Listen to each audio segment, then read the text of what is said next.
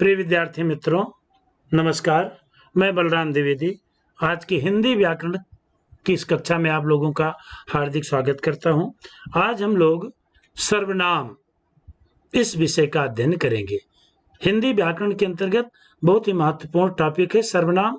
सर्वनाम का अध्ययन करते हैं हम लोग और जानते हैं कि सर्वनाम किसे कहते हैं। सर्वनाम की परिभाषा: जिन शब्दों का प्रयोग संज्ञा के स्थान पर किया जाता है उसे सर्वनाम कहते हैं। पिछली वीडियो में हमने आपको संज्ञा के बारे में बताया था। किसी व्यक्ति, वस्तु, स्थान, प्राणी, भाव, दशा, अवस्था के नाम को संज्ञा कहते हैं। तो संज्ञा के स्थान पर जिन शब्दों का प्रयोग होता है उसे सर्वनाम कहा जाता है। जैसे मैं, तू, आप, स्वयं, यह, वह, जो, कोई, कुछ, कौन, क्या, ये संज्ञा के स्थान पर प्रयोग आने वाले शब्द हैं, इसलिए इसको सर्वनाम शब्द कहा जाता है। अब आइए सर्वनाम की परिभाषा के बाद हम देखते हैं सर्वनाम के भेद। सर्वनाम का वर्गीकरण जो है, सर्वनाम के मुख्यतः 6 भेद हैं: पुरुषवाचक सर्वनाम, निजवाचक सर्वनाम, निश्चयवाचक सर्वनाम, अनिश्चयवाचक सर्वनाम, संबंधवाचक सर्वनाम और प्रश्नवाचक सर्वनाम। प्रिय विद्यार्थी मित्रों, इन नामों के अंतर्गत ये जो आपको हमने सर्वनाम के 6 भेद में बता रहा हूं, इस प्रत्येक शब्द में ही उसकी परिभाषा छिपी हुई है। ये 6 जो सर्वनाम है, पुरुषवाचक, निजवाचक, निश्चयवाचक, अनिश्चयवाचक, संबंधवाचक और प्रश्नवाचक। आइए हम लोग एक एक करके इसके अर्थ को समझते हैं, उसकी परिभाषा को समझते हैं और उसके उदाहरण को समझते हैं। अब सबसे पहला है पुरुषवाचक सर्वनाम। परिभाषा देखिए: जिन सर्वनाम शब्दों का प्रयोग व्यक्तिवाचक संज्ञा के स्थान पर किया जाता है उन्हें हम पुरुषवाचक सर्वनाम कहते हैं। व्यक्तिवाचक संज्ञा जो किसी एक व्यक्ति विशेष के लिए प्रयुक्त में आती है। तो जब पुरुषवाचक सर्वनाम का जो प्रयोग होता है वो व्यक्तिवाचक संज्ञा के लिए प्रयोग किया जाता है। जैसे मैं, तुम, हम, आप, वह, ये सभी व्यक्तिवाचक संज्ञा के जगह पर प्रयोग किए जाने वाले शब्द हैं, इसलिए पुरुषवाचक सर्वनाम है। अब पुरुषवाचक सर्वनाम के भेद, पुरुषवाचक सर्वनाम के भी 3 भेद होते हैं। पुरुषवाचक सर्वनाम के 3 भेद होते हैं: उत्तम पुरुष, मध्यम पुरुष, अन्य पुरुष। एक एक करके समझते हैं। उत्तम पुरुष: इन सर्वनाम का प्रयोग बात कहने या बोलने वाला अपने लिए करता है, अर्थात उत्तम पुरुष का प्रयोग वक्ता के लिए किया जाता है। बहुत ही सावधानी पूर्वक समझना है, क्योंकि पुरुषवाचक सर्वनाम व्यक्तिवाचक संज्ञा के स्थान पर प्रयोग में आते हैं। और पुरुषवाचक सर्वनाम के 3 भेद हैं: उत्तम, मध्यम और अन्य पुरुष। और बहुत ही सरल भी है समझने की दृष्टि से। उत्तम पुरुष माने वक्ता, जो बात करता है। जैसे अगर मैं बात कर रहा हूं तो उत्तम पुरुष के रूप में मैं, मुझे, मेरा, मुझको, हम, हमें, हमारा, हमको, ये जितने शब्द आप सर्वनाम शब्द देख रहे हैं, ये सभी सर्वनाम शब्दों का प्रयोग बोलने वाला या बात करने वाला व्यक्ति अपने लिए करता है, अर्थात उत्तम पुरुष का प्रयोग वक्ता, वक्ता माने बोलने वाला। जैसे मैं भी पढ़ा रहा हूं तो मैं का प्रयोग, मैं जो है यह उत्तम पुरुष है। इसी तरह से जब दूसरे मध्यम पुरुष सर्वनाम होते हैं, इन सर्वनाम का प्रयोग बात सुनने वाले, जैसे अध्यापक पढ़ा रहा है तो अध्यापक संज्ञा है, लेकिन मैं पढ़ा रहा हूं तो मैं, अध्यापक की जगह मैं शब्द का प्रयोग हुआ तो मैं उत्तम पुरुष है। लेकिन पढ़ाने वाले, जब कोई वक्ता जब बात करता है तो उसकी बात जो सुनता है, जब कोई सर्वनाम का प्रयोग बात सुनने वाले के लिए अर्थात श्रोता के लिए किया जाता है तो मध्यम पुरुष होता है। पुनः देखिए, इन सर्वनाम का प्रयोग बात सुनने वाले के लिए किया जाता है। अर्थात मध्यम पुरुष का प्रयोग श्रोता माने सुनने वालों के लिए किया जाता है। जैसे तू, तुझे, तेरा, तुम, तुम्हें, तुम्हारा। इसको हम आदर सूचक में आप, आपको, आपका, आप लोग, आप लोगों का आदि के रूप में प्रयोग कर सकते हैं। तो इस तरह से मध्यम पुरुष का प्रयोग श्रोता के लिए किया जाता है। स्पष्ट है बात? एक बार पुनः मैं समझा रहा हूं। जैसे मैं आपको व्याकरण पढ़ा रहा हूं, एक वाक्य में लेता हूं, तो मैं उत्तम पुरुष है और आपको मध्यम पुरुष है। लेकिन तीसरा देखिए, अन्य पुरुष। इन सर्वनाम का प्रयोग बोलने वाला अन्य किसी व्यक्ति के लिए करता है। उदाहरण, वह, उसने, उसको, उसका, उसे, उसमें, वह, इन्होंने, इनको, उनका, उन्हें, उनमें आदि। ये बहुत सारे उदाहरण हैं। जैसे जैसे हम इसका प्रयोग करेंगे और अधिक स्पष्टता इसमें आती जाएगी। एक उदाहरण के रूप में, मैंने आपको कहा उसको बुलाकर लाओ। तो मैं उत्तम पुरुष, आपको मध्यम पुरुष, उसको अन्य पुरुष। बहुत सूत्र रूप में समझ लीजिए, वक्ता माने उत्तम पुरुष, श्रोता माने मध्यम पुरुष, और जिसके बारे में अन्य किसी के बारे में जो बोलने वाला कहता है वो अन्य पुरुष होता है। अब देखिए दूसरा, निजवाचक सर्वनाम। जो सर्वनाम शब्द कर्ता के लिए स्वयं प्रयुक्त होते हैं, हम उसको निजवाचक सर्वनाम कहते हैं। जैसे स्वयं, आप ही, खुद, अपने आप। अब देखिए कर्ता, कर्ता जो होता है वो क्रिया को करने वाला होता है। अब अगर कोई कर्ता अपने लिए कोई शब्द का प्रयोग करता है तो उसको हम निज, निज माने अपने लिए प्रयोग करता है, उसको हम निजवाचक। जैसे उदाहरण के रूप में, उसने अपने आप को बर्बाद कर लिया। तो अपने आप, मैं खुद फोन कर लूंगा, मैं खुद, या खुद का खुद अपने लिए प्रयोग किया गया।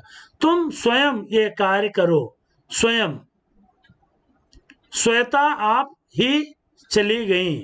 तो ये आप, स्वयं, खुद, अपने आप, ये आप का प्रयोग अपने लिए, स्वयं के लिए होता है। तो इसको हम आदर सूचक आपके लिए नहीं होता है। तो ये जो है यहाँ पर नोट जो हमने बताया आपको, श्वेता आप ही चली गई, आप माने स्वयं के लिए वो है। तो ये जो है निजवाचक सर्वनाम अपने लिए, अपने आप के लिए प्रयोग में आते हैं, इसको हम निजवाचक सर्वनाम कहते हैं। जैसे आप, अपने आप, खुद, स्वयं, अपने आप चली गई। तो इस तरह से इन शब्दों को हम निजवाचक सर्वनाम कहते हैं। प्रिय विद्यार्थियों, विशेष ध्यान देना है निजवाचक सर्वनाम के लिए कि जो क्रिया करने वाला कर्ता होता है वो जब किसी शब्द का प्रयोग अपने लिए करता है और वो जो है स्वयं के रूप में प्रयोग करता है उन शब्दों को, तो उसको हम निजवाचक सर्वनाम कहते हैं। दूसरा है निश्चयवाचक सर्वनाम। जिन सर्वनाम शब्दों से किसी निश्चित व्यक्ति या वस्तु का बोध होता है उसे निश्चयवाचक सर्वनाम कहते हैं। देखिए यहां पर भी, यह, वह, ये, वह, ये मेरी घड़ी है, तो यह निश्चित है। वो एक लड़का है, वह इधर ही आ रहे हैं, वह माने कोई भी हो सकते। तो ये जो यह, वह, ये, वह, ये निश्चित है किसी व्यक्ति के लिए, किसी वस्तु के लिए। तो ये निश्चित जो है निश्चयवाचक सर्वनाम कहलाते हैं, क्योंकि ये सर्वनाम जो है किसी निश्चित व्यक्ति या वस्तु का बोध कराते हैं। जैसे ये मेरी घड़ी है, तो घड़ी के लिए, लड़का, वह इधर ही आ रहे हैं, तो वह, यह, ये शब्द निश्चित सर्वनाम है। दूसरा अनिश्चयवाचक सर्वनाम। जिन सर्वनाम शब्दों में किसी निश्चित व्यक्ति या वस्तु का बोध नहीं होता है उसे अनिश्चयवाचक सर्वनाम कहते हैं। जैसे कुछ, किसी ने, किसी को, किन्हीं ने, कोई, किन्हीं को। अब देखिए हम यहाँ वाक्य में उदाहरण करके बताते हैं। लस्सी में कुछ पड़ गया है, लस्सी या दूध में कुछ पड़ गया है। तो कुछ जो है कोई वस्तु हो सकती है, कोई पदार्थ हो सकता है, तो ये कुछ निश्चित नहीं है, अनिश्चित है, इसलिए ये अनिश्चयवाचक सर्वनाम है। भिखारी को कुछ दे दो, अब ये कुछ वस्तु का बोध करा रहा है, तो ये जो है अनिश्चयवाचक सर्वनाम है। राम को किसने बुलाया, किसने माने क्लियर नहीं है, स्पष्ट नहीं है, अनिश्चय है। शायद किसी ने घंटी बजाई, किसी ने माने अनिश्चित है, तो हम इसको अनिश्चयवाचक सर्वनाम कहते हैं। जो सर्वनाम शब्द किसी निश्चित व्यक्ति या वस्तु का बोध नहीं करा करके अनिश्चितता का बोध कराते हैं, हम उसको अनिश्चयवाचक सर्वनाम कहते हैं। अगला है संबंधवाचक सर्वनाम। देखिए, संबंधवाचक सर्वनाम जिस सर्वनाम से वाक्य में किसी दूसरे सर्वनाम से संबंध होता है उसे संबंधवाचक सर्वनाम कहते हैं। जैसे जो, सो, जहां, वहां, जैसा, वैसा, जौन, तौन। अब उदाहरण देखिए, जहां चाह वहां रहा, तो ये जहां और वहां, ये दूसरे सर्वनाम शब्द से उसका संबंध बता रहे हैं। जैसा बोओगे वैसा काटोगे, तो जैसा और वैसा। वो कौन है जो रो रहा है, तो वह जो सो गया वो खो गया, जो और ओ, जो करेगा सो भरेगा। तो ये संबंध माने वाक्य में किसी दूसरे सर्वनाम के साथ अपना संबंध बता रहे हैं। जैसे जहां वहां, जैसा वैसा, वह जो ओ, जो सो। तो ये वाक्य के दूसरे सर्वनाम के साथ संबंध बता रहे हैं, जो दूसरा उसमें वाक्य है उससे, तो इसको हम संबंधवाचक सर्वनाम कहते हैं। अगला है प्रश्नवाचक सर्वनाम। देखिए, जिन सर्वनाम से वाक्य में प्रश्न का बोध होता है उसे प्रश्नवाचक सर्वनाम कहते हैं। जैसे कौन, कहाँ, क्या, कैसे। उदाहरण देखिए, रमेश क्या खा रहा है। अब क्या का प्रयोग किसी वस्तु के लिए हो सकता है, किसी पदार्थ के लिए हो सकता है। रमेश क्या खा रहा है, तो क्या ये संज्ञा के स्थान पर प्रयोग आया, लेकिन प्रश्न के रूप में आया, तो इसलिए प्रश्नवाचक सर्वनाम। कमरे में कौन बैठा है, किसी व्यक्ति के लिए प्रयोग आया। वह कल कहाँ गए थे, जगह के लिए प्रयुक्त हुआ है। आप कैसे हो, कैसे माने भाव के रूप में प्रयुक्त हुआ है। तो इस तरह से आप देख रहे हैं कि कौन, कहाँ, क्या, कैसे, ये जो प्रश्नवाचक चिन्ह होते हैं जो किसी सर्वनाम से के लिए प्रयुक्त होते हैं, संज्ञा के स्थान पर प्रयुक्त होते हैं, हम उसको प्रश्नवाचक शब्द कहते हैं। किसको बुलाया जाए, अब किसको, क्या खा रहा है, कौन बैठा है, तो ये सारे प्रश्नवाचक सर्वनाम है। अभी सर्वनाम के 6 भेद के बारे में, उसकी परिभाषा और उदाहरण की हमने जानकारी दी। पुनः आपको अगली वीडियो में मिलेंगे। और कुछ सर्वनाम शब्द ऐसे भी होते हैं जो संयुक्त सर्वनाम की कोटि में आते हैं। जैसे आपको मैं बता रहा हूं, जो कोई, सब कोई, कुछ और, कोई ना कोई। जैसे ये कुछ सर्वनाम ऐसे भी होते हैं जो संयुक्त सर्वनाम की कोटि में आते हैं। इसकी अलग से श्रेणी नहीं है। जो कोई आए उसे रोक लो, तो जो कोई, उसे, हम इसको संयुक्त सर्वनाम कहते हैं।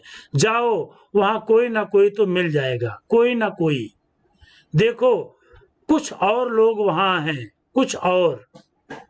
कोई कोई तो बिना बात बहस करता है, कोई कोई। इसको हम संयुक्त सर्वनाम कहते हैं, क्योंकि ये सर्वनाम शब्द ऐसे हैं जिन्हें हम संयुक्त सर्वनाम माने दो। देखिए, जो कोई आए उसे रोक लो, कौन कौन आ रहा है, किस किस कमरे में छात्र पढ़ रहे हैं, अपना अपना बस्ता उठाओ और घर जाओ, अब कुछ कुछ याद आ रहा है। तो ये जो शब्द है, ये नोट विशेष रूप में हमने बताया, इसको संयुक्त सर्वनाम की कोट में रखा जाता है। लेकिन मुख्य रूप से इस वीडियो का जो मेरा उद्देश्य था, जो आकर्षण था, वो सर्वनाम के उन 6 भेदों के बारे में था जो इसके पहले मैं आपको बता चुका हूँ, जिसमें पुरुषवाचक है, निजवाचक है, निश्चयवाचक सर्वनाम है, अनिश्चयवाचक सर्वनाम है, और संबंधवाचक है, और प्रश्नवाचक है। बस आज इतना ही। आप सबका बहुत बहुत धन्यवाद। अगली वीडियो में फिर से हम मिलेंगे, तब तक के लिए धन्यवाद।